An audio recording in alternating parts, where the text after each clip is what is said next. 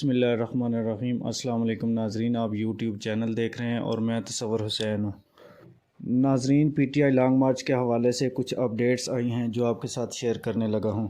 پاکستان تحریک انصاف کے مرکزی general secretary Asad Umar نے کہا ہے کہ عمران خان کو اگر کچھ ہوا تو ذمہ دار رانا ثناء اللہ ہوں گے۔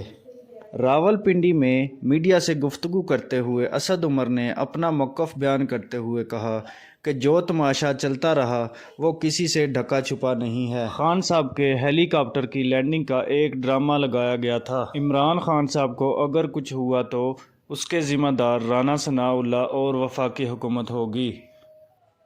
ان کا مزید کہنا تھا کہ مجھے ایک ریڈ لیٹر بھیجا گیا تھا، لیکن لوگ دیکھ رہے ہیں کہ ان کا لیڈر عمران خان ان کے لیے جدوجہد کر رہا ہے۔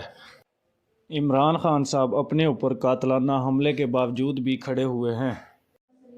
ڈاکٹروں اور پارٹی کے منع کرنے اور ویڈیو خطاب کی تجویز کے باوجود عمران خان نے کہا ہے کہ میں اپنے لوگوں کے پاس خود جاؤں گا، نہ جھکوں گا اور نہ ہی ڈروں گا۔